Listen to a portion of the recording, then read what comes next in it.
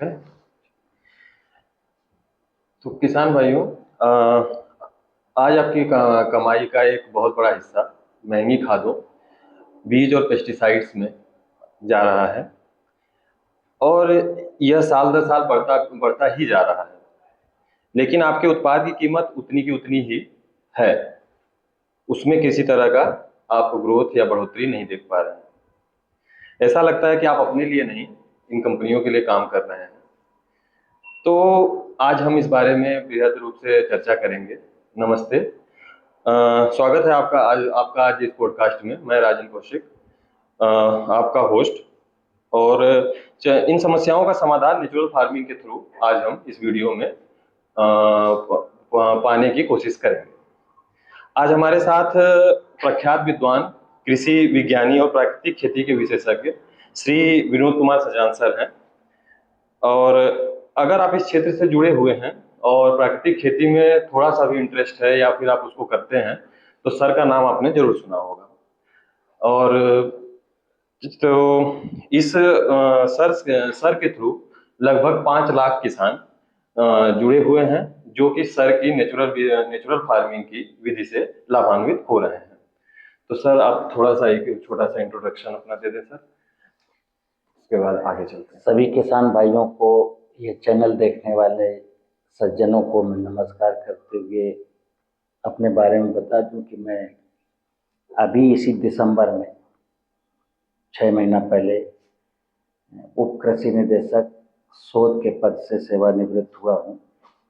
39 साल मैंने कृषि विभाग में सेवा किया है। खेती को, और सरकार जो खेती को प्रमोट कर रही है जिस प्रकार से, उसको और किसान की पीड़ा को मैंने बड़ी बारीकी से अध्ययन किया, तो ये पाया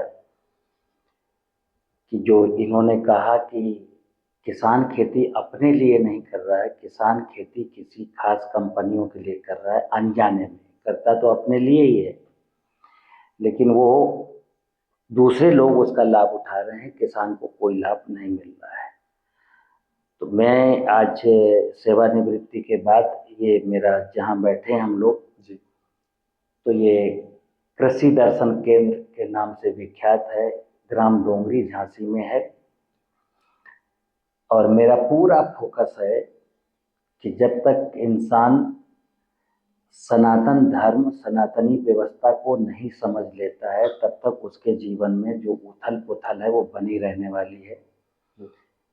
जितने भी दुख, तकलीफ, बीमारियां इंसान के जीवन में सिर्फ इसलिए हैं कि उसने अपने उस मूल को इग्नोर कर दिया, जिसकी बदौलत उसका जीवन चलता है। हम भौतिकवाद की गिरफ्त में इतने ज्यादा उलझ गए कि न घर के रहे न घाट के रहे। और बुजुर्ग लोग कह गए हैं कि दुविधा में दोनों गए, माया मिली न रहा। ये मेरा परिचय है। मैं चाहता हूं कि देश का 12 करोड़ किसान कर्ज से मुक्त हो जाए और हर चेहरे में मुस्कान हो। कोई बच्चा, 18 साल का बच्चा हार्ट अटैक से न मरे, 32 साल के किसी आदमी को कैंसर ना हो। और ये तभी संभव है जब मैं सनातन धर्म को स्वीकार करूंगा। और सनातन धर्म में जो पंच महाभूत हैं, जिसमें किसान भाई मुख्य रूप से, आपको मैं धरती बोलता हूँ, मेरी हर वीडियो में धरती माँ, ह्यूमस बढ़ाइए, कार्बन बढ़ाइए, यही होता है। माँ खूबसूरत है, धरती माँ मजबूत है, तो आपके आंख में एक आंसू नहीं आने देगी। लेकिन ये सिस्टम धरती माँ को कंसीडर नहीं करता है।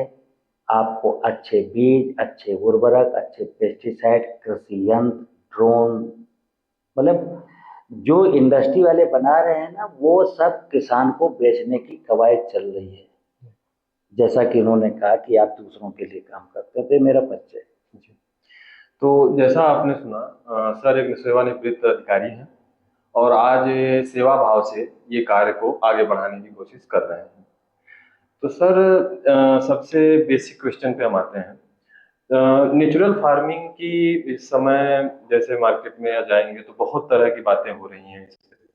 नेचुरल फार्मिंग की बहुत सारी विधियां बताई जा रही हैं इसमें, कुछ अलग अलग तरीकों से। तो सर, इसमें सच्चाई क्या है? नेचुरल फार्मिंग हम कहते किसको है, एक छोटा सा अगर इंट्रोडक्शन हो जाए तो लोगों को थोड़ा आसानी से, हमारे किसान भाइयों को समझ में आएगा, और क्या सच्चाई है इसमें जो चल रहा है, और इसके बारे में थोड़ा सा समझना नेचुरल का मतलब है प्राकृतिक, नेचर का मतलब है प्रकृति। तो हम नेचुरल फार्मिंग करने जा रहे हैं, प्राकृतिक खेती करने जा रहे हैं, तो प्रकृति ये आपके सामने। मैंने फिर बोला, मैंने अपने मेन ऑफिस में ये बैनर लगाया हुआ है कि पंच महाभूत सनातन धर्म, पंच महाभूत माने धरती, भूमि, गगन, वायु, अग्नि, नीर, इसी का नाम भगवान है। और यही 5 देवताओं ने मिलकर के, पंच महाभूत ने मिलकर के नाना प्रकार की वनस्पतियां और नाना प्रकार के जीव जंतुओं की रचना की है। यही प्रकृति है। हम प्राकृतिक खेती करते समय ये देखेंगे कि जिस जमीन में मैं बीज बो रहा हूँ वो जमीन की फर्टिलिटी कितनी है। फसल जब बोएंगे तो पानी चाहिए, रहीमन पानी राखिए, बिन पानी सब सून, पानी मिले न उभरे मोती मानस चून। तो जब खेती करेंगे तो पानी चाहिए, और जब ये वनस्पति फसल कोई भी बोऊंगा तो इस जमीन में बोऊंगा तो ये जमीन मुझको इस फसल को पालेगी। दूसरा जलवायु, वो जल है और ये वायु है। फसल जमीन में खड़ी है, इनिशियल वहीं से पोषक तत्व ले रही है, फिर जब पत्तियां हो जाती हैं तो फिर सूरज की रोशनी से, अग्नि सूरज की रोशनी से फोटोसिंथेसिस करती है और कार्बोहाइड्रेट बनाती है, तो फल में, अनाज में और सब्जियों के रूप में कन्वर्ट करके हमको खाने को मिलता है। तो प्राकृतिक खेती विशुद्ध रूप से भूमि, जल और वायु में को ठीक करते हुए क्या फसलें मैं उगा सकता हूँ और जीवों को ना मारना, मतलब प्रकृति के वैभव को नष्ट ना करना, यही प्राकृतिक खेती है। जिस दिन हमारा सनातन जीवंत हो जाएगा, किसान को किसी भी रसायन की, किसी भी यंत्र की और सिंचाई तक की जरूरत नहीं रहेगी। इसी का नाम प्राकृतिक खेती। बकाया जो आपका प्रश्न था, बाजार में लोग नेचुरल फार्मिंग में कहते हैं कि फिटकरी छिड़क दीजिए, हींग छिड़क दीजिए, गौमूत्र छिड़क दीजिए, मट्ठे में तांबे का सिक्का डाल करके कर दीजिए, बायोचार डाल दीजिए। ये पूरा का पूरा मार्केटिंग है जी।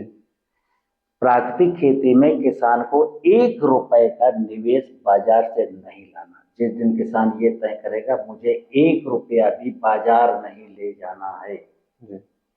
हमारे पास कहते हैं कस्तूरी कुंडल बसे मृग ढूंढे वन में, सब कुछ धरती माता के पास और गांव में, खेत में, खलिहान में है। बस उन्हीं को संजोना है, वहीं से कुछ कलेक्ट करना है, बाहर से कुछ लाना ही नहीं। इसी का नाम प्राकृतिक। जैसा सर ने पेन पॉइंट जो है, जो सबसे बड़ी तकलीफ है किसान की, उसको पकड़ा है कि उसकी लागत बहुत बढ़ गई है। इस वजह से ही उसको खेती करने में भी बहुत समस्या आ रही है। उसकी लागत बढ़ने की वजह से उसको न मंडी में उसको भाव भी नहीं मिल पाता है, और उसके साथ इसी से जुड़ी ये बेसिक समस्या है किसानों की।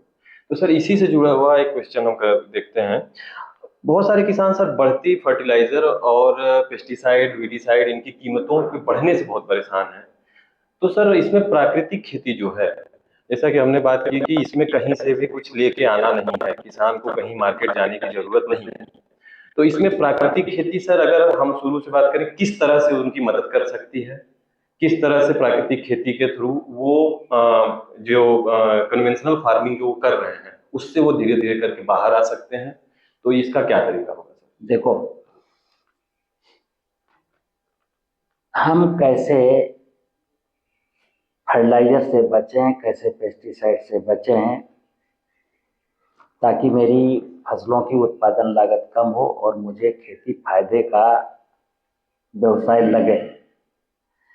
तो खेती में जब भी फायदा होगा, तो मैंने कहा कि खेती सनातन की, प्रकृति की व्यवस्था में किया जाने वाला एक व्यवसाय है, प्राकृतिक व्यवसाय है जी। इस जमीन में जिसमें हम बीज बोते हैं, धरती माता की कोख में, अगर इसमें कार्बन की मात्रा 1% से ज्यादा है और सूक्ष्म जीवाणु हैं, तो कार्बन को खा करके जब जीवाणु बढ़ते हैं, पॉपुलेशन बढ़ाते हैं, पीछे से मरते हैं, तो ये जो वनस्पतियां बोई हैं, इनका मूल भोजन जीवांश है, जिसमें पूरे के पूरे पोषक तत्व हैं। तो हमको फर्टिलाइजर नहीं देने पड़ेंगे, भरपूर पैदावार मिलेगी और पैदावार जो होगी उसमें खूबसूरत स्वाद होगा और बहुत प्यारी पौष्टिकता होगी, तो हम भी बीमार नहीं, ठीक है ना। तो भूमि में कार्बन बढ़ेगा तो फर्टिलाइजर की जरूरत नहीं पड़ेगी। और यहाँ पर अगर भूमि में बेनिफिशियल माइक्रोब्स हैं तो भूमि से वनस्पतियों में फैलने वाली जो भूमि जनित बीमारियां हैं वो बेनिफिशियल माइक्रोब्स उनको वहीं कर देगा, तो फसलों में कोई बीमारी नहीं आएगी। अगर हमारे खेत की मेड़ों पर नाना प्रकार के वृक्ष हैं और चिड़िया मेरे खेत में रहती हैं, तो इस फसल में जितने भी कीड़ों के नाम लिए जाते हैं कि इल्ली लग गई, तना छेदक लग गया, फलाना लग गया, वो चिड़िया मैनेज कर लेती है। हरित क्रांति के पहले 17वीं शताब्दी में जब भारत सोने की चिड़िया था तो प्रकृति ही मैनेज करती थी। ये तो सोची समझी रणनीति के तहत किसानों को फंसाया गया है कि इनको एक बार फंसा लो फिर अपना उल्लू सीधा करो। जी। धरती की फर्टिलिटी को, धरती की बायोडाइवर्सिटी को जानबूझ करके खराब किया गया है। किसान को लालच दिया गया कि तुम फर्टिलाइजर डालोगे, अच्छा बीज बोगे, अच्छे पेस्टिसाइड डालोगे, नकदी फसलें बोगे तो धनाढ्य बनोगे। तो देश के हर किसान को धनाढ्य बनाने के लिए सिस्टम ने 70 सालों से काम किया और आज ये हुआ कि धनाढ्य तो बना नहीं, उसके घर का सोना चांदी भी बिक गया और आज तो वो कर्ज में डूब गया है। इस पूरी खेती वाले सिस्टम में जितनी भी हमारे देश में इंडस्ट्री हैं, hotel industry, cotton industry, food processing industry, sugar industry, दारू इंडस्ट्री, लेदर इंडस्ट्री, सब किसानों के द्वारा उगाए गए पाले गए पशुओं पर निर्भर है। तो मूल जो इंडस्ट्री एग्रीकल्चर इंडस्ट्री है उसका मालिक किसान तो है कर्ज में, और जो छोटी छोटी इंडस्ट्रियां जो खेती पर निर्भर है वो सब फायदे में है। जी, ठीक है ना। तो मैं किसान भाइयों से एक ही निवेदन करता हूं कि खेती का सत्य जानना है, खेती का सत्य बनाना है। इस सत्य से अगर आप चुराते रहोगे तो दुनिया में कोई सुरमा भोपाली पैदा नहीं हुआ जो आपके चेहरे पर मुस्कान ले आए। तो सर इससे एक बहुत बड़ा क्वेश्चन खड़ा होता है, सबसे बड़ा डर रहता है किसानों का कि नेचुरल फार्मिंग में अगर वो जाते हैं तो उनका प्रोडक्शन गिर जाएगा सर। सबसे बड़ा उनको, क्योंकि प्रोडक्शन ही बताया गया है कि असली प्रॉफिट वही है, आप प्रोडक्शन की तरफ भागिए, ज्यादा से ज्यादा प्रोडक्शन करिए और इसी के द्वारा आपका प्रॉफिट, आप प्रॉफिट में आओगे या फिर एक प्रॉफिटेबल खेती आप कर सकते हो। तो सबसे बड़ा उनका डर है कि अगर वो प्राकृतिक खेती में जाते हैं तो उनका प्रोडक्शन गिर जाएगा। तो सर इसमें क्या सच्चाई है? ये डरा करके ही तो किसान को लूटा गया है। ये किसान नहीं डरता, किसान को डराया जाता है कि अगर तुमने फर्टिलाइजर नहीं डाला, अगर तुमने खरपतवार नहीं मारे, अगर तुमने बीमारी खत्म नहीं की, अगर तुमने इंसेक्ट नहीं मारा तो तुम्हारा प्रोडक्शन गिर जाएगा। जी। मैंने एक चीज बोली, जब मेरी धरती माँ की फर्टिलिटी ज्यादा होगी, जब माँ समृद्ध होगी, उसको पोषण देने की सामर्थ्य फसलों में, तो कैसे प्रोडक्शन गिर जाएगा? ये जो प्रोडक्शन गिर जाएगा ऐसा जो भी लोग चिल्लाते हैं ना, ये सारे के सारे लोग फर्टिलाइजर कंपनियों के, कृषि यंत्र कंपनियों के, पेस्टिसाइड कंपनियों के दलाल हैं या अज्ञान है, या तो उनको भी सीधी खेती की पता नहीं है या फिर सीधे सीधे इनकी मदद करने में इनके एजेंट हैं, मार्केटिंग एजेंट हैं। तो किसान को डरा जाते हैं, नहीं प्राकृतिक खेती के चक्कर में मत पड़ो, प्रोडक्शन गिर जाएगा, तो किसान डर जाता है। सीधा सीधा साइंस है, कहते हैं धर्मो रक्षति रक्षिता, ये धर्म है, अगर ये मजबूत है तो मेरी रक्षा हो जाएगी। अगर सॉइल मेरी दमदार है और मैंने गेहूं बोया, 60 कुंटल क्षमता का गेहूं मैंने अपनी जमीन में बोया, मेरी जमीन में ऑर्गेनिक कार्बन 1% है, तो आज तो देश में एवरेज प्रोडक्शन 34 कुंटल है जी। मैं और फर्टिलाइजर और पेस्टिसाइड और खरपतवार मारने के बाद, निवेश लगाने के बाद मैं किसान को खुल्लम खुल्ला बोलता हूँ, आप अपनी जमीन में जो ऑर्गेनिक कार्बन 0.3 है उसको बढ़ा के 0.7, 0.6, 0.8 करिए। 34 कुंटल से ईल्ड बढ़ करके 44 कुंटल अपने आप हो जाएगी बिना फर्टिलाइजर के। तो किसान भाइयों डरने की जरूरत तो है नहीं। देखो डरने डराने वाला तो एक जादूगर है, वो डरा रहा है जबरदस्ती अपने धंधे के लिए, अपने स्वार्थ के लिए आपको डरा रहा है। और दुनिया में लोग डरा ही तो रहे हैं यार लोगों को। हेल्थ वाले डरा रहे हैं क्या कि अगर इसका चेकअप नहीं कराओगे तो कैंसर हो जाएगा, शुगर हो जाएगा, तुम्हें पता ही नहीं चलेगी, तुम्हारी किडनी फेल हो जाएगी, तुम मर जाओगे। तो लोग ट्रीटमेंट इधर ले आए अपनी तरफ। जी। ऐसे तांत्रिक डरा रहे हैं, भूत है, प्रेत है, फलाना है। ऐसे ब्राह्मण लोग जो पेशेवर हैं, कर्मकांडी हैं, वो डरा रहे हैं कि ये शिवलिंग का ये नहीं कराओगे, माँ मृत्युंजय का जप नहीं कराओगे, फलाना नहीं कराओगे, कथा नहीं कराओगे, सत्यनारायण का वो नहीं कराओगे, सुंदरकांड का पाठ नहीं कराओगे तो घर में प्रॉब्लम आ जाएगी। तो डरा डरा करके सत्य कोई बता ही नहीं रहा। अरे सत्य बोलो ना यार, डरा क्यों रहे हो? सत्य बताइए, डर अपने आप गायब हो जाएगा। तो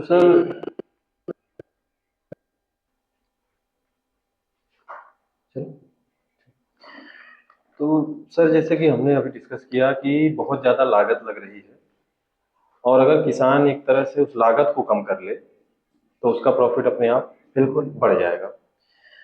तो किसान को प्रोडक्शन पे ध्यान न दे करके उसको ज़्यादा से ज़्यादा अपनी लागत कम करने में उसको अपना ध्यान केंद्रित करना है। तो इसमें सर किस तरह से प्राकृतिक खेती उनकी लागत कम करने में मदद कर सकती है? और सर प्राकृतिक खेती में जैसे जीवामृत, संजीवनी खाद, इनका क्या रोल है? तो थोड़ा सा सर इस पे प्रकाश डालें आप, तो किसान को समझ। देखो मैं 5 चीजें बोलता हूँ जी। मैंने बोला कि खेती सनातन की व्यवस्था में होती है। मैं मैनेजर हूँ, किसान मैनेजर है। उसको अपने दिमाग से काम लेना है कि मेरे पास जो 5 एकड़ खेत है उसमें कौन कौन सी फसलें बोई जाएं, कितनी कितनी क्षेत्रफल में बोई जाए। अभी तो देश का सारा किसान मोनोकल्चर कर रहा है। कहीं पर पूरा का पूरा गन्ना कर रहा है, कहीं पूरा का पूरा आलू कर रहा है, कहीं कहीं पूरा का पूरा धान हो रहा है, कहीं पर पूरी की पूरी कपास हो रही है। किसान अपने लिए खेती कहाँ कर रहा है? किसान तो बाजार के लिए खेती कर रहा है। बाजार के लिए कर रहा है, बाजार से कर रहा है। अब हम क्या कहते हैं, खेती बाजार से नहीं करनी, बाजार के लिए नहीं करनी। खेती अपने परिवार की आवश्यकताओं को ध्यान में रख करके करनी है। बाजार तो उसको जाना ही नहीं है। किसान अगर जागरूक हो जाए तो बाजार को, मैं चाहता हूँ बाजार की गरज हो तो गांव में आए। जिसको रोटी खानी बाजार में किसान के पास आए, टमाटर खाना किसान के पास आए, दूध पीना किसान के पास आए। अभी तो किसान खेती करने में, पशुपालन में, कोई रेडीमेड आहार खरीदने में, मतलब बाजार झोला लेके, पैसा लेके, यूरिया लाना, कृषि यंत्र लाना, पेस्टिसाइड लाना, फिर बेचारे के पास आलू हुआ, टमाटर हुआ, भिंडी हुआ, गेहूं, तो फिर बोरे में भर करके ट्रैक्टर में लाद के बाजार बेच। मतलब ये बाजार में जो लोग बैठे हैं हराम का खा रहे हैं। किसान दिन रात एक कर रहा है। तो ये सिर्फ इसलिए हो रहा है किसान जागरूक नहीं है। अब आपका प्रश्न था कि प्राकृतिक खेती अगर स्टार्ट करे किसान तो कैसे करे कि ये सब लागत ना लगे और उसको फायदा हो जाए। तो मैंने फिर बोला, जब तक मेरी धरती माँ को फायदा नहीं होगा तब तक किसान फायदा नहीं ले पाएगा। इसलिए मैं जो आपने कहा जीवामृत क्या है, संजीवनी क्या है और किसान क्या करे, मैंने 5 चीजें बताई। बारिश का पानी किसान को अपने खेत में, गांव में रोकना है। क्योंकि ये ब्रह्मा जी के कमंडल से गिरने वाला अमृत है जो शिव का जलाभिषेक कर रहा है। इससे खूबसूरत पानी है ही नहीं संसार में। अभी तो 300 फुट नीचे से निकालना है, और ये किसने आदत डलवाई? हमारी टेक्नोलॉजी। तो मेड़ बना के बारिश का पानी खेत में रोकना, खेत के चारों तरफ अपनी आवश्यकता अनुसार वृक्ष लगाना, वृक्षों से दुश्मनी नहीं करना। जो पेस्टिसाइड डाल करके मैंने खेत में रहने वाले नाना प्रकार के जीव जंतु, माइक्रो ऑर्गेनिज्म को मारा है, तो सूक्ष्म जीवाणुओं को जंगल की मिट्टी से या हमारे यहाँ से कल्चर ले जा करके वो खेत में बना के डालना। खड़ी फसल में सब्जी है, फल है, उसमें फूल ड्रापिंग की समस्या है, फल के ड्राप की समस्या है, फल सड़ जाता है, कुछ हवा जनित बीमारियां हैं, पत्ती काटने वाले, तो उसके लिए नीम गोबर गुड़ से बनने वाली संजीवनी खाद डालना जी और वेस्ट मटेरियल जितना भी है, कचरा जिसको विष बोलते हैं, समुद्र मंथन में शिव जी ने धरती में ही विष पिया था जी और धरती आज भी विष पीना चाहती है। मतलब पशुओं का मलमूत्र, अपना मलमूत्र, बाग बगीचों की पत्तियां, फसलों के अवशेष, सड़ा गला जहां कहीं भी दिखता है जो तुम्हारे लिए विष के समान है जी वो धरती को लौटाना। तो जमीन में जब हमने कार्बन लौटा दिया जी और उस कार्बन को प्रोसेस करके जीवांश में बदलने वाले सेना को जीवामृत के माध्यम से डाल दिया जी तो धरती तो समृद्ध होने लगी, उसमें कार्बन बढ़ने, जीवांश कार्बन बढ़ने लगा जी तो यूरिया डीएपी की जरूरतें कम हो गई। दूसरा, बेनिफिशियल जब माइक्रोब्स हो गए तो बीमारी तो लगनी नहीं है जी मेड़ पर पेड़ लग गए और पक्षी वापस आ गए तो कीड़ा लगना नहीं है। और खरपतवारों को मारने के लिए मैं फिर बताऊं, खरपतवारों में 90% खरपतवार जो मेरी क्रॉप के नीचे रहते हैं, मान लो क्रॉप की हाइट 2 फुट है जी और 1.25 फुट, 1.5 फुट, 1 फुट सरफेस पर जितने भी बीट्स हैं ये तो आपके फायदे के लिए, जो आपकी क्रॉप के ऊपर आ रहा है केवल उसको उखाड़ के वहीं डाल देना है। तो एक खेत में जो 100 खरपतवार दिखते हैं उसमें से 10 या 15 खरपतवार हार्मफुल हैं जो फसल को चैलेंज कर रहे हैं, उनको केवल उखाड़ के डालना है, बकाया तो सब आपके मित्र हैं जी। अगला, हम सब लोगों को मिलकर के एक चीज पर विचार करना होगा कि धरती माँ, ये भूमि और वनस्पतियां, धरती और माँ, धरती माँ मित्र, धरती पर रहने वाले हर जीव का पेट भर जाए, कोई भूखा न सोए, इसलिए ईश्वर के निर्देश पर धरती माँ में बहुत सारे खरपतवार उगते हैं। हम लोग तो केवल क्रॉप होते हैं अपने लिए। कल्पना करना कि माँ अगर ये खरपतवार ना उगे तो चिड़िया क्या खाएगी, गिलहरी क्या खाएगी, हिरन क्या खाएगा, खरगोश क्या खाएगा जी। तो चूंकि ये सनातन जो संस्कृति है, जो सनातन है, भगवान है, ये नहीं चाहता कि धरती पर कोई प्राणी भूखा सोए जी। तो मनुष्य तो ज्ञानावतार है, तो हमको तो जरा समझ करके काम करना चाहिए कि नहीं। और खेती का सूत्र ही था, सर्वे भवन्तु सुखिनः सर्वे सन्तु निरामयाः।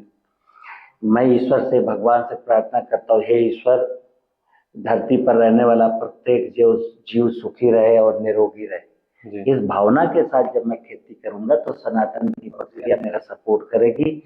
और सनातन की प्रक्रिया में अगर किसी को अविश्वास है तो फिर सुन लीजिए, ये सिस्टम तो अविश्वसनीय है। इस धरती पर आप किसी नेता का, किसी अधिकारी का, किसी वैज्ञानिक का, किसी डॉक्टर का, किसी जज का, किसी वकील का अगर इन पर आपको विश्वास है तो मुबारक हो आपको, ये विश्वास, आपके हालात यही रहेंगे जो हैं। इसलिए धर्म पर भरोसा रखिए, भगवान पर भरोसा रखिए, और भगवान का काम करना ही प्राकृतिक खेती है। प्राकृतिक खेती का मतलब भगवान की व्यवस्था के अनुकूल चलना, आपको फायदा होगा। जैसा कि सर ने कहा, खेती एक बिजनेस की तरह ना लेकर के इसको सेवा भाव से अगर किया जाए तो इसमें आपको ऐसा नहीं है कि नुकसान होगा, और इसके साथ ये है कि समाज के लिए भी आप एक बहुत ही उत्तम कार्य करेंगे। तो सर जी, इस डिस्कशन से एक चीज निकल के आई है कि एक छोटा सा, अगर सर जैसे 5 एकड़ की जमीन है किसी के पास, तो उसको किसान किस तरह से तैयार करे, एक सर उसका सिस्टम अगर आप बता सकें। और दूसरी चीज, ये जो मोनोकल्चर का जो चला है सर, मोनोकल्चर किस तरह से धरती माँ को नुकसान पहुंचा रहा है, और मोनोकल्चर की जो भ्रांतियां हैं कि इसी के थ्रू बिजनेस या इसी के थ्रू खेती प्रॉफिटेबल हो सकती है, तो मोनोकल्चर का क्या सच है। तो ये दोनों चीज अगर सर एक साथ कवर हो जाए तो पूरी तरह से पिक्चर क्लियर हो जाएगी यहाँ पे सर। देखो किसान भाइयों की, मैंने बोला मेरा जो चैनल का नाम है कृषि संस्कृति। संस्कृति का मतलब होता है प्रकृति, और खेती एक संस्कार है। प्रकृति एक संस्कृति है, और अगर किसान संस्कारित है तो प्रकृति की व्यवस्था को ध्यान में रख करके खेती करेगा। अब गन्ना तो प्रकृति बनाएगा नहीं जी। 5 एकड़ का किसान है, तो देखो मैंने कहा खेती अपनी ज़रूरतों के लिए की जाती है। मुझे रोटी चाहिए, मुझे दाल चाहिए, मुझे तेल चाहिए, मुझे दूध चाहिए, मुझे गुड़ चाहिए, जी ठीक है ना। जी तो खट्टा भी खाना है, मीठा भी खाना है, कड़वा भी खाना है, दूध भी पीना है। तो किसान को, जैसे खरीफ का ये मौसम अब खरीफ का आने वाला है, जी तो किसान को 5 एकड़ का किसान है, कम से कम 1 और 2 एकड़ में उसको ज्वार बाजरा बोना चाहिए, जी क्योंकि ज्वार बाजरा की ये वाली जो रोटी आएगी ना खरीफ में ज्वार बाजरा से, जी ये रोटी गेहूं की रोटी से 3 टाइम पौष्टिक है। और इस वाली खेती में यूरिया नहीं चाहिए, डीएपी नहीं चाहिए, पानी नहीं चाहिए। जी फिर वो तिल बो सकता है, उड़द बो सकता है, अरहर बो सकता है, हम्म, यानी कि अपने लिए सभी खाने के, तेल के, दाल के इंतजाम पूरे कर लिए। जी फिर आया रबी, जी तो रबी में गेहूं भी बो, जौ भी बो, चना भी बो, मटर भी बो, सरसों भी बो, हम्म, फिर दाल तेल की जुगाड़ कर लिया। जी इनमें से जो चीजें सरप्लस है वो बाहर कर दो, बेच दो। जी खेत की मेड़ों पर अनार भी है, संतरा भी है, किन्नू भी है, केला भी है, पपीता भी है, मतलब आप इनमें से फलदार फसलों में से 1 2 3 फसल कोई भी सिलेक्ट करो। जी फिर लकड़ी वाले पेड़ हैं, पशुओं के चारे वाले पेड़ हैं, पक्षियों के लिए पीपल बरगद जैसा भी एक आध पेड़ है। जी मैंने ऑब्जेक्ट है सर्वे भवन्तु सुखिनः, सुखिना सब जीवों का कल्याण हो। जी तो ये जो आपने कहा गन्ना बोता है किसान, या जी कपास बोता है, जी या केवल संतरा लगाया है, किसी एक चीज की खेती कर रहा आज तो हिंदुस्तान में 90% किसान मोनोकल्चर कर रहे हैं। है। जी मोनोकल्चर में क्या होता है मित्र, अगर कोई किसान केवल गेहूं कर रहा है, तो गेहूं में जानते हो कि गेहूं बहुत सारे इंसेक्ट को पसंद नहीं है, घासों को आपने मार डाला है। तो जब मैं बायोडाइवर्सिटी की बात करता हूँ, जैसे अब तितली नदारत है, जी किसी किसान के खेत में देखिए तो ना तो तितली है, ना मधुमक्खी है, ना केंचुआ है, ना चिड़िया है, खेती तो राम भरोसे हो गई। जी खेती तो ये सनातन की व्यवस्था 84 लाख जीव जंतुओं के रचना के पीछे का जो भगवान का मकसद था उसको हमें समझना है जी कि आखिर क्या जरूरत थी, भगवान को तितली बनाया, मधुमक्खी बनाया, गिलहरी बनाया, चिड़िया बनाया, कोई मकसद था ना। जी तो मैंने कहा भगवान का पंचमहाभूत का सनातन को जो मकसद है वो ज्ञान है, वही इंसान को समझना है। बकाया उथले उथले उथले उथले ऊपर ऊपर तैरने से कुछ मिलेगा नहीं। अच्छे मोती चाहिए तो डुबकी लगा के समुद्र की गहराइयों तक जाना पड़ेगा। जी तो भविष्य, जहाँ तक भविष्य तो प्राकृतिक खेती ही है।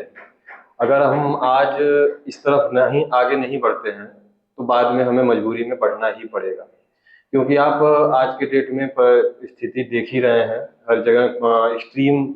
अगर क्लाइमेट चेंज की हम बात करें सर, अच्छा सर, क्लाइमेट चेंज इस समय अगर हम बात करें तो इस समय क्लाइमेट चेंज, एक समय हम बात करते थे कि क्लाइमेट चेंज होता है, हो सकता है थोड़े समय में धीरे धीरे पृथ्वी उस तरफ बढ़ रही है, बट हम आज के डेट में देख सकते हैं हम जून महीने के लास्ट में बैठे हुए हैं सर, और बारिश अभी तक की शुरुआत नहीं हुई बारिश की, जबकि आइडियल उसका टाइमिंग है 10 से 15 जून तक के बारिश पूरी तरह से आ ही जानी चाहिए, या थोड़ा बहुत बारिश के बादल तो आ ही जाने चाहिए।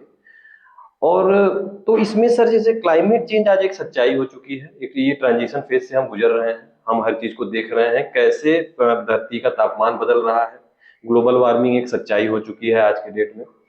तो इस बदलते मौसम में सर किस तरह से ये कभी सूखा कहीं पड़ रहा है, कहीं एक्सट्रीम बारिश हो रही है, तो इस बदलते मौसम में किस तरह से प्राकृतिक खेती सहायक हो सकती है, किस तरह से ये हमारी फूड सिक्योरिटी को मेंटेन कर सकती है, जरा इस पे सर थोड़ा सा प्रकाश अगर आप डाल सकें तो।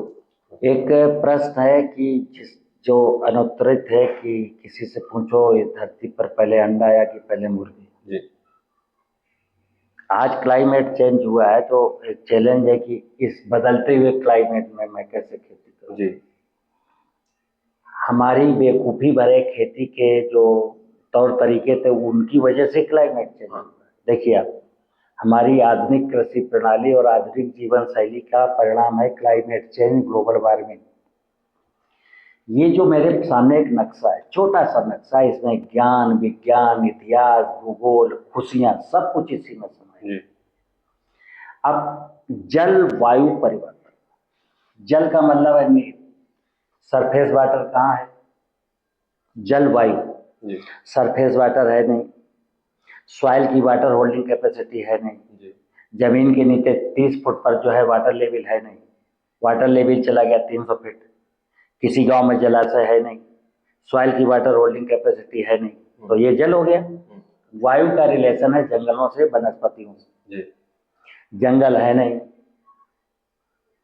जो क्लाइमेट शब्द है वो एक्चुअली जलाशय और जंगल है जी। देखिए आप, साइंस ने क्या किया, साइंस ने बड़े बड़े खेल खेले जी, अंग्रेजी में फंसा दिया क्लाइमेट जी। क्लाइमेट का हिंदी क्या है? जल और वायु, जलवायु जी। जल का मतलब है वाटर, वायु का मतलब है जंगल जी। तो आज बात होती ना जमीन जल जंगल जी, जमीन जल जंगल, ना तो किसी को नीतियों से लेकर के निचले तबके तक, आप बताइए देश में कौन व्यक्ति है जो धरती की फर्टिलिटी की बात करता हो? सोशल मीडिया की आपने बात की थी, बाजार में नेचुरल फार्मिंग, बाजार में जितने भी लोग नेचुरल फार्मिंग की बात करते हैं, कोई धरती की फर्टिलिटी की बात नहीं करता, कोई उसमें से जंगल की बात नहीं करता, कोई उसमें से पानी की बात नहीं करता। और नेचुरल फार्मिंग के क्या सिखाते हैं? गौमूत्र छिड़क दो, मट्ठा छिड़क दो, फिटकरी का पानी छिड़क दो। मतलब समस्या कितनी बड़ी है, ये खेती कितना बड़ा सेक्टर है, खेती पूरी संसार को पाल रहा है और उसमें गुड्डी गुड़िया का खेल खेल रहे हैं लोग। तो किसान कंफ्यूज है बेचारा कि फिटकरी, अब वो फिटकरी में ट्राई करता है, हींग में ट्राई करता है, ठीक है ना जी। तो जलवायु पर आपने कहा, इन बदलती हुई जलवायु परिवर्तन, ग्लोबल वार्मिंग के साथ परिप्रेक्ष्य में मैं कैसे खेती करूं? खेती करके ही मैं जलवायु परिवर्तन और क्लाइमेट चेंज को ठीक कर सकता हूं। मेरा प्लान अच्छा, मैंने बोला वर्षा का पानी रोक दो, खेत में कार्बन बढ़ा दो, खेत की मेड़ों पर पेड़ लगा दो। अगर 5 साल तक, 5 वर्ष तक मेरे देश का किसान वर्षा के पानी को रोक के खेतों की मेड़ों पर पेड़ लगा करके फसलों के अवशेष को आग न लगाए, खरपतवारों को बीज से डाल के न मारे, तो ये 5 साल में जलवायु परिवर्तन और ग्लोबल वार्मिंग का खतरा साफ नजर नहीं आएगा। कहाँ है जलवायु परिवर्तन, कहाँ है ग्लोबल वार्मिंग? कोई सूरज ने तीसरी आंख तो खोली नहीं। तो मैं तो तथाकथित उन साइंटिस्टों से पूछना चाहता हूं कि जो जलवायु परिवर्तन का हो, यहाँ भी डरा रहे हैं लोगों को। अरे डराओ मत, पॉलिसी बताओ, रणनीति बनाओ, किसान क्या करे कि जलवायु परिवर्तन ठीक हो जाए, ग्लोबल वार्मिंग खत्म हो जाए। तो मैं फिर बताऊं, नेचुरल फार्मिंग ही जलवायु परिवर्तन और ग्लोबल वार्मिंग के खतरों को समाप्त करेगी। तो सर यहाँ पे एक चीज निकल के आती है कि हमें अपने जीवन जीने के तरीके में बदलाव करना होगा। और यहाँ पे हमने बात की जैसे कि पृथ्वी या मिट्टी की वाटर होल्डिंग कैपेसिटी जा चुकी है, कार्बन उसमें कम हो चुका है। और अगर हम बात करें प्राकृतिक खेती में, तो अब तक ये निकल के आया है कि कार्बन कंटेंट जो उसका है, कार्बन पदार्थ जो है, वही उसका मेन मतलब उसका बेस है। तो इसमें थोड़ा ये सर बताएं कि कार्बन कंटेंट एक खेत में किस तरह से बढ़ाया जा सकता है और इसका प्रोसेस क्या एक किसान फॉलो करे, तो कितना समय उसको लगेगा कि वो एक जैसे 1% कार्बन कंटेंट की नीड है अगर धरती में, तो उसको कितना वक्त लगेगा इसको अचीव करने में? अगर किसान, हमारी बताई गई बात, जैसे मैंने कहा खेत की मेड़ बनाइए, वर्षा का पानी रनाप से ना बहे। देखिए अगर जमीन में स्लोप है, बारिश मेड़ नहीं है, तो बारिश का पानी जब बह के जाता है खेत से, तो कार्बन के पार्टिकल ही बहा के ले जाता है। जो लाइट वेटेड पदार्थ है वही पानी में बहता है। तो सॉइल में कुछ जाने अनजाने कार्बनिक पदार्थ है जो कार्बन फार्म हो चुका, अब बरसात में बह गया। तो एक तो कार्बन का जो 5% 10% जो इरोजन हो रहा था वो मैंने रोक दिया मेड़ बनाकर। अगला, जब मैंने खेतों की मेड़ों पर पेड़ लगा दिए तो पतझड़ होगा, मेड़ें बनी हुई हैं, पेड़ों से पत्ते गर्मियों में गिरते हैं, पतझड़ के समय में तो 10-5% कार्बन वो ऐड करेंगे। फिर मैंने फसलें जो काटी, अनाज फल सब्जी बेच लो, जो उनका रेजिड्यू है क्रॉप का वो खेत से बाहर ना बेचो, ना फेंको और ना जलाओ। जी। अगर किसान ने इतना कर लिया तो 5 साल के अंदर ओनली 5 ईयर लगेंगे, हर किसान के खेत का ऑर्गेनिक कार्बन 2-3 गुना तक बढ़ जाएगा। 5-6 साल से ज्यादा नहीं लगेगा। अगर हमने खेती के सत्य को समझ लिया कि यस बंड जरूरी है, यस वृक्ष जरूरी है, यस ये जो रेजिड्यू है इसको जलाना फेंकना ये वर्जित है, ये नहीं खेत का ही हिस्सा है, खेत को लौटाएंगे,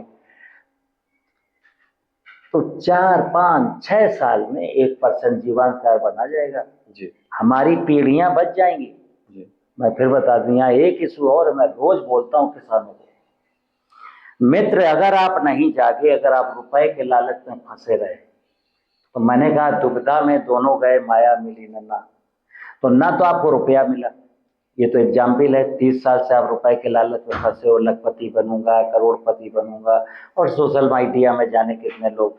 अभी ये बालक वो बैठा है बेचारा, वो हाइड्रोपोनिक खेती में फंसा दिया, 5 करोड़ रुपया किसी ने फुकवा दिए, कोई ग्रीन पॉली हाउस पे फंसा दे रहा है किसी को, कोई ग्रीन हाउस में फंसा दे रहा है। ये मित्र ये जो सिस्टम है, ये सिस्टम किसान की दम तोड़ के ही दम लेगा। इसमें किसानों को स्पष्ट कहता हूं, खेती अपने दिमाग से अपने श्रम से की जाए, खेती में लालच बिल्कुल मत करें। बुजुर्ग लोग कह गए लालच बुरी बला। 5 साल के अंदर हमारी पूरी की पूरी प्रकृति जो ये सनातन है, 5 साल के अंदर हम सनातन को पुनर्जीवित कर सकते हैं जी। और सनातन धर्म, सनातन जो है वो एक अपने आप में धर्म है, धर्म माने हमारी ड्यूटी है, हमारे कर्तव्य। भगवान की सुरक्षा कह लो, चाहे पंचमहाभूत की सुरक्षा कह लो, या पंच महाभूत के द्वारा रची गई रचनाओं की सुरक्षा कह लो, धर्मो रक्षति रक्षता, ये 7 चीजें बचेंगी तो इंसान बचेगा, ये 7 चीजें समृद्ध होंगी तो किसान समृद्ध होगा।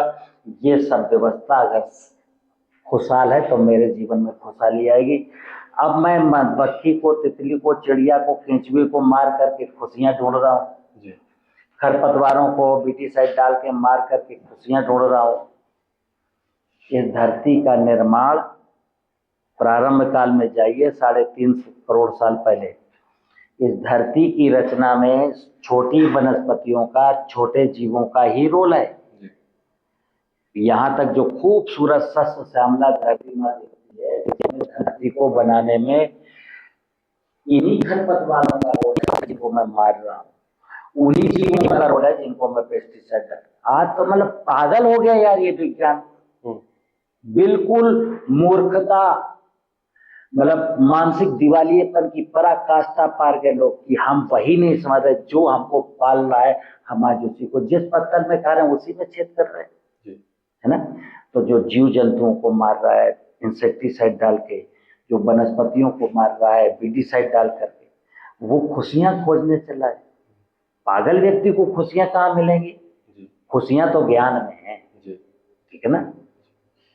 तो यहाँ तक से बातों से तो हमें ये समझ में आया कि प्राकृतिक खेती ही समाधान है। तो अगर सर एक किसान ये वीडियो देखने के बाद समझता है कि ठीक है, अगर इसमें हमें नुकसान नहीं है, प्रॉफिट ही होगा एक समय के बाद, और उसकी लागत भी एक तरह से समझिए तो 0 ही हो जाएगी, तो अगर वो इस दिशा में आगे बढ़ना चाहता है तो सर क्या करे? वो स्टेप बाय स्टेप क्या स्टेप्स ले? इमीडिएटली वो केमिकल्स छोड़ दे या फिर उसको धीरे धीरे करके कैसे वो स्टेप बाय स्टेप? एक बार देखो सर, किसान भाइयों, हमारे साथ कम से कम 3-4 हजार लोग, देखिए हमसे मुलाकात नहीं हुई, नेपाल के, पाकिस्तान के, बांग्लादेश के, श्रीलंका के और कई कंट्रियों, संख्या बहुत नहीं है लेकिन 3-4 हजार है जी। इस देश में करीब करीब 5-6 लाख लोग हम जीवामृत, संजीवनी खाद का प्रयोग करके, और उन्होंने पेस्टिसाइड फर्टिलाइजर बंद कर दिया। नाइट्रोजन के लिए तो मैं अक्सर बोलता हूँ, नाइट्रोजन 2-3 साल तक आप यूरिया का प्रयोग करिए, क्योंकि नाइट्रोजन क्लाइमेट का हिस्सा है, सॉइल का हिस्सा नहीं है, ध्यान रखना जी। नाइट्रोजन या तो कार्बन में है या नेचर में है जी। लेकिन उसके बाद फास्फेट है, पोटास है, जिंक है, सल्फर है, मैग्नीशियम है, जो कुछ भी वैज्ञानिक बोलते हैं जी वो सारे के सारे एलिमेंट इस धरती का पार्ट है। जी धरती में कितने एलिमेंट है? बोले 160। जी सब कुछ इस धरती माता में उपलब्ध है, लेकिन जब धरती की बायोलॉजिकल प्रॉपर्टीज खूबसूरत होती है जी तो धरती से हर चीज निकल के आती है। जी अभी तो धरती की बायोलॉजिकल प्रॉपर्टीज को खत्म कर दिया, फिजिकल प्रॉपर्टीज को ट्रैक्टर चला के खत्म कर दिया, जी तो केमिकल प्रॉपर्टीज तो हो ही नहीं है। जी तो एक प्रकार की जमीन कहाँ है? वो तो मृत पड़ी हुई जमीन है, उसको इंजेक्शन लगा के यूरिया का, डीएपी का, क्रॉप को बढ़ा करके, फंजीसाइड विटीसाइड डाल करके ग्रोथ प्रमोटर, मतलब एक कोमा में आदमी जो पड़ा है, कोमा में, जी उसको मैं छींटा मार मार के जगा रहा हूँ, जग देख दुनिया, जग देख दुनिया। जी इसीलिए रोटी में स्वाद नहीं है जी और ना रोटी में पौष्टिकता है। और इसका प्रमाण मैं बता दूं, आज मेडिकल साइंस जो आप दवाएं लाते हैं ना किसान भाइयों, कोई भी मरीज हो, जी जरा चश्मा लगा के उनके घटक देख लेना, किसी भी मेडिसिन में क्या लिखा है। जी तो मैग्नीशियम है, सल्फर है, जिंक है, आयरन है, मैग्नीज है, कॉपर है, वो सोना चांदी च्यवनप्राश बिक रहा है ना। जी हमारी अगर जमीन अच्छी है तो हमारी जमीन में सोना चांदी जैसी धातुएं भी हैं। जी माँ को माँ मान लेने में ही भलाई है, जी समझ लेना।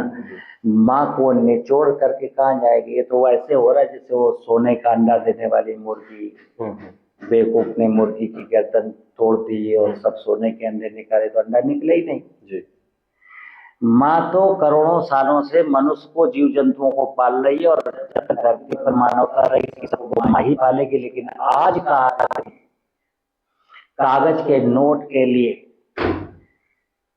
माँ को लूट लेना चाहता है, जंगल को काट लेना चाहता है, जमीन के पानी को निकाल लेना चाहता है। मतलब इस सनातन को बिल्कुल मैं लूट करके और चंद्रमा में जाऊंगा, मंगल में जाऊंगा, ऐसा सोच लिया है कि भाई चंद्रमा में प्लाटिंग हो रही है, धरती को लूटो और चलो चंद्रमा में प्लाट खरीदेंगे। तो इसमें मतलब स्टेप बाय स्टेप उसको आगे बढ़ने की जरूरत है।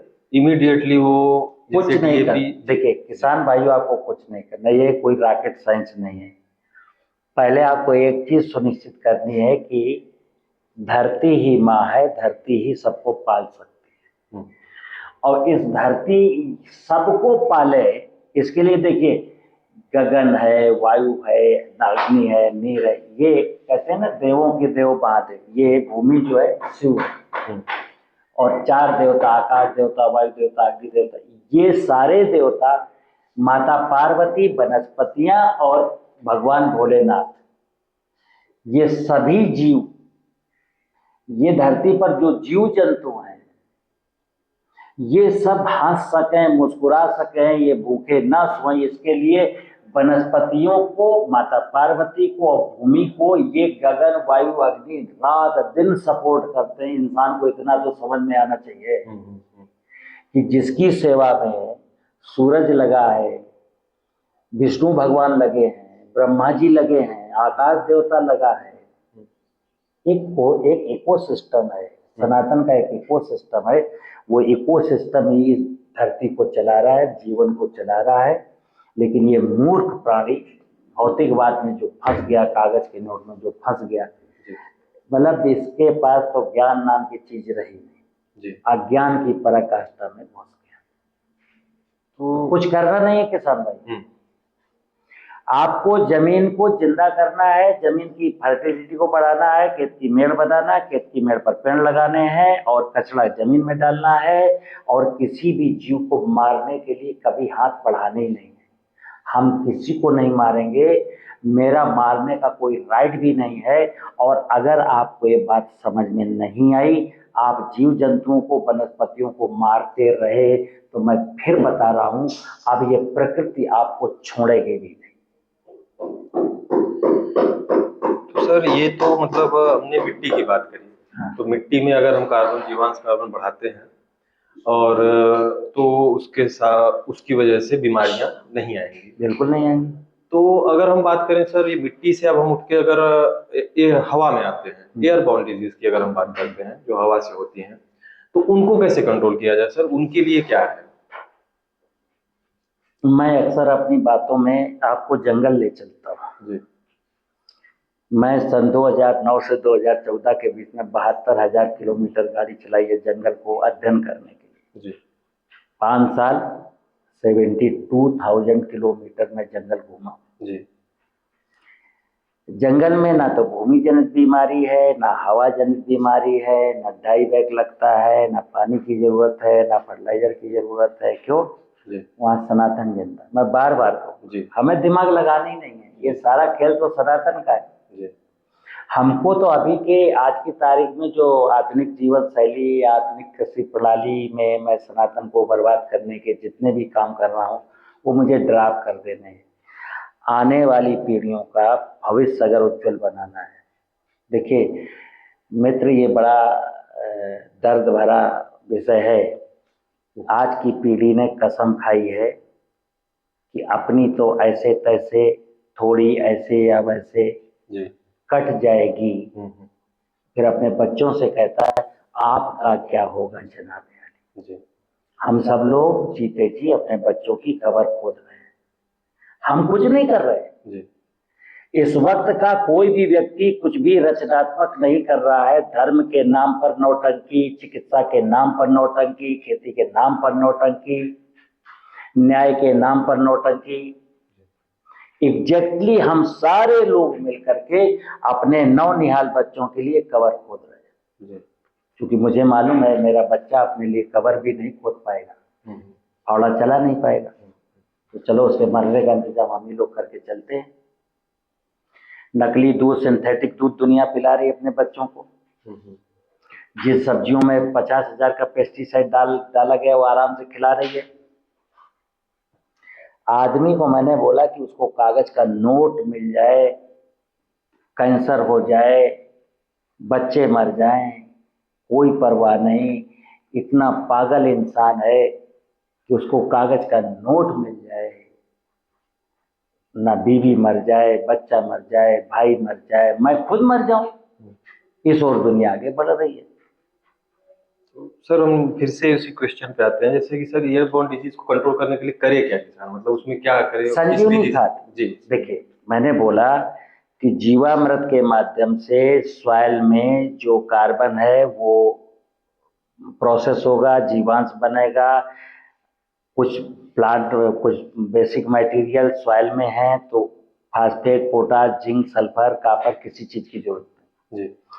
नाइट्रोजन के लिए मैंने कहा कि यूरिया का कुछ दिन तक इस्तेमाल करिए। जिस दिन जमीन में 0.3 से 0.6 कार्बन आ जाएगा, यूरिया भी खत्म। जीवामृत के माध्यम से भूमि जनित बीमारियां तो फसल में आएंगी ही नहीं। अब हवा जनित बीमारियों की बात रही तो मैंने कहा गोबर, गौमूत्र, गोबर, गुड़ और नीम की पत्तियां, संजीवनी खाद जिसको मैं बोलता हूँ, वो बना करके स्प्रे करेंगे तो हवा जनित बीमारियां भी नहीं आएंगी। मतलब मैंने एक नेचर को सही किया तो ये जो बीमारी जितनी भी थी, कुछ है ही नहीं बीमारी। प्रकृति की तरह से सनातन की व्यवस्था में कहाँ बीमारी? एक तरह से हमने उसकी इम्यूनिटी बढ़ाई, डिजीज खुद ही नहीं आएगी। खुद ही नहीं। देखिए फिर मैंने बोला यहाँ कर्ता केवल एक है, भगवान। ईश्वर से बड़ा कोई कर्ता नहीं है, भगवान ही सब कुछ करता है। हम तो मैनेजर हैं, हमको तो धरती रूपी बगिया का मालिक कहा गया है कि तुम इस संपूर्ण सनातनी व्यवस्था को सुधारो, इसका अध्ययन करो। इस सनातन की व्यवस्था को अध्ययन करना ज्ञान मार्ग, और इस व्यवस्था को अक्षुण्ण बनाए रखने के लिए किए जाने वाले कर्म को कहते हैं कर्म मार्ग। और जब मैं असहाय हो जाता हूँ, मेरे हाथ पांव शिथिल हो जाते हैं, तो फिर हमको सलाम करना, हे धरती माँ, हे सूरज, हे आकाश, हे विष्णु, हे जीव जंतुओं, हे वनस्पतियों, आपकी कृपा से मेरा जीवन सकुशल निपट गया। इसको कहते हैं भक्ति मार्ग। अभी क्या हो रहा है इस संसार में? धर्म के नाम पर, ज्ञान के नाम पर, कर्म के नाम पर, भक्ति के नाम पर, सारा का सारा आधार जी किसी को कुछ अपवादों को छोड़, जी जी सनातन से पूरी दुनिया अनभिज्ञ है, धर्म से पूरी दुनिया अनभिज्ञ है, कर्तव्य से पूरी दुनिया अनभिज्ञ है। यानी कि जो मनुष्य के डीएनए था ना, आज चिड़िया तक को पता है कि मेरा ये कर्तव्य है। जी केचुए को पता है मेरा ये कर्तव्य है। जी एक गाय को पता है मेरी ये ड्यूटी है। 84 लाख योनियों के जितने भी जीव जंतु, जलचर, थलचर, नभचर और वनस्पतियां, सबका डीएनए जिंदा है। जी गुणधर्म, मनुष्य का तो डीएनए ही खत्म हो गया। कहते हैं, किसी ने कहा है कि यहाँ तो बागवां खुद ही बहारें लूट लेता है। मनुष्य क्या है? धरती रूपी बगिया का बागवां, मतलब रखवाला, मतलब मालिक। जी तो यहाँ तो बागवां खुद ही बहारें लूट लेता है, रखे जो सुरखरू गुलशन कोई माली नहीं मिलता। किसी को चिंता है धरती की? तुम यहाँ बम फोड़ दो, तुम वहाँ बारूद फोड़ दो, तुम उनको मार डालो, तुम उनको मार डालो, समुद्र में मछलियां मार डालो, मगरमच्छ मार डालो, एटम बम फोड़ दो। यानी कि ग्लोब, ये जो धरती है,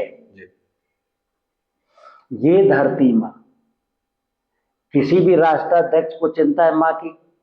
सब लोग वेपन्स खरीद रहे हैं, एक दूसरे से युद्ध लड़ रहे हैं, एक दूसरे की सीमाओं में घुस रहे हैं। मतलब मैं बहादुर की तू बहादुर, मैं बहादुर की तू बहादुर। और ये मैं बहादुर की तू बहादुर के चक्कर में धरती माता सनातन का ही सत्यानाश कर दिया। भगवान भी हैरान है, भगवान भी हैरान है, इस पागल को हो क्या गया? ये तो मेरा सबसे सुंदर फरमे का आदमी था, इसको तो मैंने लास्ट में पैदा किया था कि जा, इससे भगवान ने अपेक्षाएं की थी इंसान से, और ये तो गड्ढा खोद रहा है यहाँ पर। तो यहाँ तक के डिस्कशन से हमें ये समझ में आया किसान भाइयों कि अगर हम नेचुरल फार्मिंग, नेचर के साथ लाइन होके चलेंगे तो हमारी पीढ़ियां भी सुरक्षित होंगी, हमारी धरती भी खूबसूरत रहेगी, और जो समस्याएं अभी क्लाइमेट चेंज की चल रही है या कोई भी समस्या हो जो है, वो भी धीरे धीरे करके या तो हम उसको मिटिगेट कर सकते हैं या वो समस्याएं होंगी नहीं। तो यहाँ तक हमने सर खेत के प्रोडक्शन और किस तरह से एक केमिकल फार्मिंग से नेचुरल फार्मिंग की तरफ आया जब बात की हमने। अब यहाँ पे सर हम बात करते हैं जैसे कि प्रोडक्शन के बाद एक जो होती है सर कैपेसिटी होती है एक किसी भी, जैसे मिर्च हुआ या फिर टमाटर हुआ, उनकी एक सेल्फ लाइफ होती है। तो क्या हम अगर नेचुरल फार्मिंग से खेती करते हैं तो क्या उनकी सेल्फ लाइफ भी बढ़ती है? क्या उसमें भी किसी तरह का प्रॉफिट एक तरह से किसान को हो सकता है? इसके बारे में थोड़ा देखिए, सुनो जी। आज कोई किसान भिंडी, टमाटर, करेला, कद्दू शाम को तोड़ता है खेत से मंडी ले जाने के लिए, सुबह मंडी पहुंच जाता है बेचारा 5 बजे जी। अगर उसका ये सब्जी या उसका फल जी सुबह सुबह 7 बजे मंडी में ना बिक पाए जी, अगले दिन तो बिकना ही नहीं। क्यों? वो सारी सब्जियां, सारे फल का रूप रंग चेंज हो जाता है, उसमें वजन कम हो जाता है, उसमें मतलब गलने लगता है, और उसका मतलब त्वचा उसकी खराब हो जाती है जी जी, सिकुड़न आ जाती है जी। ये इसलिए आ जाती है कि वो उसके अंदर जितने एलिमेंट होने चाहिए प्रॉपर वे में जी, जैसे साइंस कहती है कि फसलों को 17 पोषक तत्वों की जरूरत है जी, ठीक है ना जी। 3 तो कार्बन, हाइड्रोजन, ऑक्सीजन उसको क्लाइमेट से मिल गए, लेकिन जो 14 जमीन से मिलने थे जी। जब जीवन में जीवाश्म कार्बन 10.3 है, तो ये तो तय है कि उसको उस अनुपात में सारे पोषक तत्व नहीं मिले जिस अनुपात में मिलने चाहिए जी। दूसरा, यूरिया की और डीएपी की एक्सेस हो गई जी। तो जब बैलेंस नहीं है, पोषक तत्वों का अंदर बैलेंस नहीं है, तो ये घटनाएं घटती हैं जी। जब किसान ने नेचुरल फार्मिंग किया जी, और ऐसे कई मेरे सामने सैकड़ों उदाहरण है कि एक यहीं झांसी में एक शुक्ला जी थे, ब्रजेश शुक्ला, उन्होंने संजीवनी खाद डाला। तब मैं जीवामृत के बारे में नहीं जानता, 2003 की घटना बता रहा जी जी जी। तो वो नेटिव कंपोस्ट डलवाता था जी, और संजीवनी खाद मेरे जेहन में सन 2002 से लेकिन जीवामृत तो मेरे जीवन में 2009 में आया। अच्छा। तो यानी कि यूरिया डीएपी कम डालना या ना डालना, और नेटिव कंपोस्ट डालना, और संजीवनी खाद का स्प्रे मारना। एक दिन वो हमको 1 किलो मिर्च ले आया। मैं घूमने जा रहा था 10-12 दिन के लिए। उसकी मिर्च मैंने, जुलाई का महीना था जी, उसकी मिर्च मैंने 1 किलो फ्रिज में डाल दी। मैं 12 दिन के बाद आया और पूरे 1 महीना तक वो मैंने मिर्च खाया, एक भी मिर्च सड़ी नहीं जी। आज मंडी से कोई किसान पावर मिर्च, कोई भी कंज्यूमर पावर मिर्च ले आए तो शाम को जब सुबह निकालेगा मिर्च में तो 6-7 मिर्च सड़ गए, फेंकेगा, बांच के रखेगा, फिर 2 मिर्च यूज करेगा, फिर अगले दिन खोलेगा तो फिर 5-6 सड़ गई। 250 ग्राम में 150 ग्राम मिर्च तो उसको फेंकनी पड़ती है और 100 ग्राम मिर्च वो खा पाता है जी। जो किसान जीवामृत डाल के, संजीवनी खाद डाल करके टमाटर मिर्च कुछ भी बोएगा, फल लगाएगा, उसकी कीपिंग क्वालिटी 4 टाइम इंक्रीज करती है। जैसे मैंने कहा, टमाटर अगर आज मंडी में नहीं बिका और संजीवनी और जीवामृत के बेस पर किया गया था जी, आज नहीं बिका, ना बिकते तो ट्रैक्टर वापस ले आओ, अगले दिन फ्रेश ही है, फिर बेच देना। 4 टाइम्स सर, 4 टाइम बहुत बड़ा सर एक वो है। आप अगर प्राकृतिक खेती का टमाटर दलिया में बाहर रख दो, मैं तो ऐसे कहता हूँ, किसी को अगर कोई नेचुरल फार्मिंग जीवामृत संजीवनी डाल करके बैंगन बोया है, आप उससे 2 किलो बैंगन ले आओ और एक बाजार से बैंगन ले आओ, 2 डलियों में ही होकर रख दो, सीजन चाहे कोई जी, एक खाओ मत, भूल जाओ जी। आप देखेंगे जो बाजार से लाया गया बैंगन था, तीसरे दिन आप उसको डस्टबिन में फेंकेंगे और जो नेचुरल वाला बैंगन था उसको आप 10वें दिन भी प्यार से भरता बना के खाएंगे। 4 टाइम कीपिंग क्वालिटी बढ़ती है, आजमाया हुआ है। तो इसमें 4 टाइम्स जो कैपेसिटी है, सेल्फ लाइफ है जो प्रोडक्ट की, आपके उत्पाद की बढ़ने की संभावना है और बढ़ भी सकती है। देखिए, इसको आपको अगर कंफर्म करना है तो आपको तो थोड़ा कदम बढ़ाने पड़ेंगे और करके भी देखना पड़ेगा, कुछ लोगों को आगे आना पड़ेगा और प्राकृतिक खेती की तरफ रास्ता दिखाना पड़ेगा, राह चल के दिखानी पड़ेगी। सर, ये सब बातों के साथ एक हम लोगों की जब पहले बात हो रही थी तो एक सर थोड़ा सा इससे अलग एक टॉपिक है, जैसे अग्निहोत्र कृषि की बात की थी आपने थोड़ी सी, तो सर ये क्या है, मतलब इसका साइंटिफिक क्या है, साइंटिफिकली इसका क्या रोल हो सकता है डिजीज को रोकने में, और किसान इसका कैसे किस तरह से प्रयोग करेंगे? देखो, मैं एक चीज मोटी मोटी बता दूं जी, कि हमारे जो फोर फादर है, मैं तो जैसे मैं कई बार इंसान से पूछ देता हूं कि तुम भगवान को मानते भी हो जी, और भगवान की बनाई गई व्यवस्था को पेस्टिसाइड डाल के मारते भी हो जी, तो तुम पहले ये तय कर लो भगवान अच्छा है या बुरा। अगर अच्छा है तो उसकी व्यवस्था को नष्ट ना करो, अन्यथा अगर तुम जीव जंतुओं को, वनस्पतियों को मारते हो तो भगवान को गाली दो कि भगवान बहुत चूतिया था, वो साला हिल्ली बना गया, वो साला ये बना गया, ये शब्द बोलो अगर है हिम्मत किसी में, हवा की शक्ति बोल सकते हो। तो मीन्स वो सुप्रीम पावर है, उसके द्वारा कोई मिस्टेक नहीं हुई, मिस्टेक मैं कर रहा हूँ। तो जो आपका प्रश्न है, क्या प्रश्न था? अग्निहोत्र। हमारे फोर फादर, हमारे पूर्वज, हमारे ऋषि मुनि, देखो मैं धार्मिक गुरुओं का आलोचक भी, लेकिन ऐसा नहीं, हमारे इस धरती पर एक से एक महान ऋषि मुनि हुए जिन्होंने बहुत सारे शोध करके इतने अच्छे अच्छे नुस्खे बता दिए हैं। तो वो ऋषि मुनियों के द्वारा ही, वो धर्म गुरुओं के द्वारा ही, जो बहुत सात्विक प्रवृत्ति के थे, म्यूजिक थेरेपी, अग्निहोत्र थेरेपी, ये आध्यात्मिक भी है, ये दार्शनिक भी है और वैज्ञानिक भी है। एक खेत में अगर कोई किसान तांबे का पिरामिड आकार का पात्र लेके जाता है, 100 ग्राम, 60 ग्राम, 50 ग्राम, 40 ग्राम उपला ले लेता है, एक कपूर की छोटी सी टिकिया ले लेता है और 2 ग्राम घी, 2 ग्राम गुड़, 4 ग्राम चावल एक चम्मच में रख करके जलाने के बाद जब अग्नि प्रज्वलित हो जाए तो सूर्योदय के समय 2 आहुतियां देना है। ओम सूर्याय स्वाहा, सूर्याय इदम नमः, फिर चम्मच में उतनी भरेगा सामग्री, ओम प्रजापते स्वाहा, प्रजापते इदम नमः। मैंने बोला ना, भक्ति क्या है? सूर्य देवता की, हम अग्नि की भक्ति कर रहे हैं, अग्नि से हम मांग रहे हैं, सूर्य भगवान के सामने निवेदन कर रहे हैं, हे सूर्य देवता जी मेरी रक्षा कर। और इस सिस्टम से जो फ्यूम निकलती, जी इथिलीन ऑक्साइड, प्रोपिलीन ऑक्साइड और फार्मेल्डिहाइड। जी फार्मेल्डिहाइड तो निगेटिव पैथोजन को, जो वायु जनित बीमारी का, अगर कोई सुबह सूर्योदय के समय, शाम को सूर्यास्त के समय अग्निहोत्र करता है तो भगवान कसम कोई भी वायु जनित बीमारी क्राफ्ट नहीं आ सकती, क्योंकि फार्मेल्डिहाइड मैं पर डे वहां पर फेंक रहा हूं। अगला जो इथिलीन ऑक्साइड और प्रोपिलीन ऑक्साइड है, वो हवा में जो कार्बन डाइऑक्साइड है उसके साथ क्रिया करके O2 को पृथक करती हैं, कार्बन के पार्टिकल्स को नीचे ले आती हैं। तो कार्बन का पार्टिकल जब 20 फुट से ऊपर से गिरता है तो इस एटमॉस्फेयर में जितनी भी ह्यूमिडिटी थी उसको एब्जॉर्ब करके लाता है। तो मैंने क्लासरूम में क्या बताया था, एक कार्बन का पार्टिकल अपने वजन से 3 गुना ज्यादा पानी ले लेता है। तो एक पार्टिकल जब नीचे गिरा तो आपने 3 टाइम्स पानी लेके दिया है जमीन में।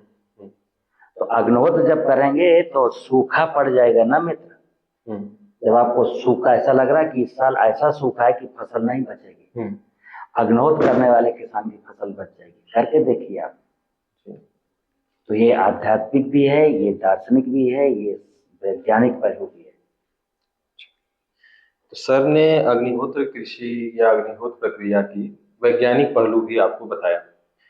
तो हम यहाँ पे अब धीरे धीरे समाप्ति की तरफ बढ़ रहे हैं, तो मैं बस इतना कहना चाहूंगा कि कुछ लोगों को आगे आना पड़ेगा और प्राकृतिक खेती की तरफ बढ़ना पड़ेगा, क्योंकि भविष्य यही है। और किसान को अपनी मिट्टी और अपनी जेब दोनों में से एक चुनने की जरूरत नहीं है। पूरी डिस्कशन से यही हमारा सार निकल के आया है कि दोनों में से कोई एक चुनने की आपको जरूरत नहीं है। अगर आप प्राकृतिक खेती की तरफ बढ़ते हैं तो आपकी लागत कम होगी। अगर आपकी लागत कम होगी तो आप समझ सकते हैं कि आपके जो उत्पाद है उसकी कीमत भी आपके पास, आपके कीमत भी उसकी अच्छी मिलेगी, क्योंकि वो एक नेचुरल प्रोडक्ट है, तो कीमत अच्छी मिलेगी। अभी हो सकता है आपके प्रोडक्ट जो भी आपका उत्पाद है उसको केमिकल के साथ ही आपको बेचना पड़ता हो, या फिर आप डिफ्रेंशिएट नहीं कर पाते हो मार्केट में, लेकिन समय के साथ धीरे धीरे भविष्य यही है। तो ठीक है, फिर हम नेक्स्ट डिस्कशन में फिर से आपसे मिलेंगे। अभी के लिए नमस्कार।